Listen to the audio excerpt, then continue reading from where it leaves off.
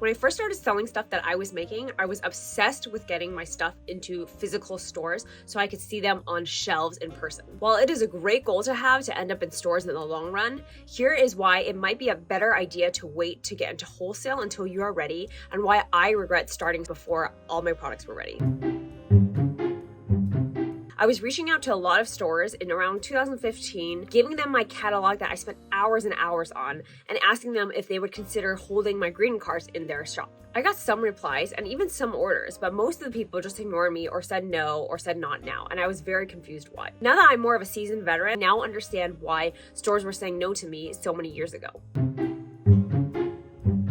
It took me so long to make all my beautiful cards, and I think I had a catalog of about 36 or 42 cards. After all of that hard work, I thought it was definitely enough to pitch to a store and tell them, hey, look, I have 42 cards for you to choose from. Do you want to have some stuff in your store? Even though it took me a ton of time to design those 42 cards, it takes a store no time at all to flip through my catalog and look at 42 cards and decide what to buy. The best way to illustrate why that matters is if you think about you going into a retail store. So imagine you're walking down the street and you pass a store that you might want to buy something from. Even though the store carries really nice products and you like what you see, you quickly realize it's a little bit small and I don't really think it's worth my time browsing here, or it's not really making an impression because there's not that much stuff to choose from. So I think I'll go to another store with a bigger catalog and more things to look at.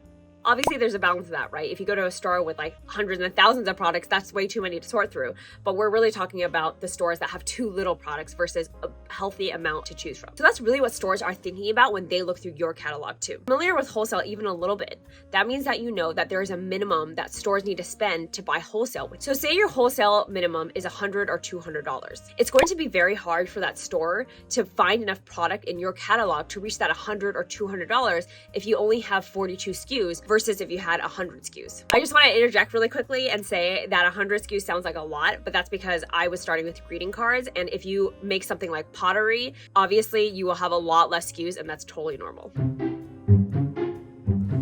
Along with not having enough products, I also was not making it easy for wholesalers to reorder from me. Let's say a store did buy from me a couple years ago. They placed an order, I was super excited, I fulfilled it, and then 6 months later I asked and said, do you want to place another reorder? Even if some of the cards that I supplied for them sold really, really well and they wanted to place a reorder, maybe they couldn't because only half of the cards that I gave them were out of stock. They wanted to restock that and they wanted to buy new stuff from my catalog, but there wasn't enough product to choose from, and they again couldn't reach my order minimum. When you make a relationship with any customer, including a wholesale store, the one thing that you should be doing is trying to get a reorder rate, because it is always easier to get an existing customer to reorder versus getting a new customer to buy from you for the first time. That means that your catalog should be big enough that if a wholesaler wants to reorder from you, they have something to choose from instead of just kind of the same thing that they saw last time. And that goes along with my next point.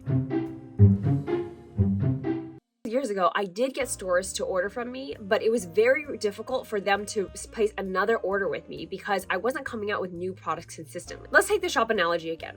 Think about a shop that you like to visit because you like to buy friends' birthday gifts or friends' baby shower gifts from there. I bet you one of the things that they have going for them is that when you go there, there's always something new or fresh to look at. They probably have their best sellers stocked all year round, but seasonally and with time, they're coming up with new products to offer you to gift to your friends. That's the same thing with your brand as well.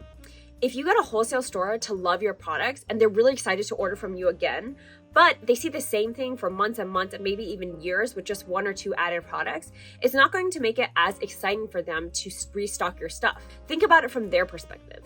They also want to keep their store fresh for their customers. When I was first beginning, one of the things I was crazy obsessed with was keeping my spend really, really low. So I was pitching to wholesale stores when I was in that phase of trying to spend as little money as possible, and it really bit me in the butt. I was really unwilling to spend any money on things that I deemed as unnecessary and not worth it, and that included product packaging and product labeling.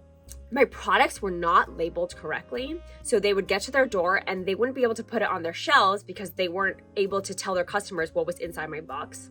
I cut corners when I was shipping things to them, like I didn't have enough bubble wrap, or the way that I wrapped the package was not very professional and very neat.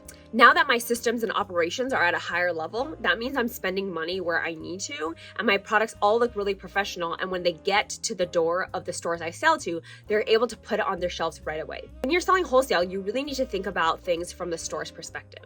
So along with that, when they're receiving their package, you have to ask yourself if things are wrapped nicely, if it's easy for them to sort through, etc. Which brings me to my next point. My policies from ordering from me were also not ready.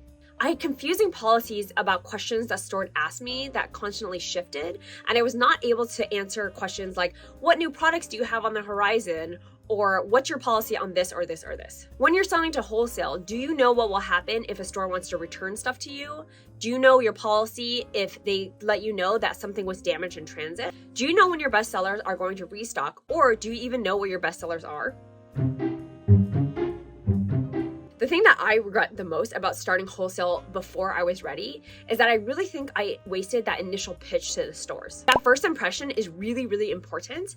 And I'm pretty sure the hundreds and hundreds of stores that I pitched to some years ago before I was ready now might have an impression of my brand as not being professional, not being ready, and not being one that they're willing to try and work with. If I had just waited till now when my brand was a little bit more ready, the first impression that they would have gotten would have been one that is a lot more professional, a lot more reflective of what my brand really is. Even though it is an amazing feeling to see your products in physical stores, I would highly encourage you to not only focus on that as one of your big goals if you're just starting out. There are a ton of pros focusing your efforts on direct to consumer while you're just beginning, because it really gives you a way to develop your brand and your voice before you pitch to the big guns or the ones that are physical stores. I have been sharing the behind the scenes of my business for years on Instagram, and that is one of the questions that I get asked the most. How do you get into wholesale? And I think it is a great goal in the long run, and I'm not saying that you shouldn't start, but just make sure that your product line is ready before you do that, because it might delay you in ways that you can't really see right now. I have a great relationship with my wholesalers, and my reorder rate on my wholesale platforms are very high. It took a while for me to get to this point, and if I were to go back in time, I would tell myself to not rush the process,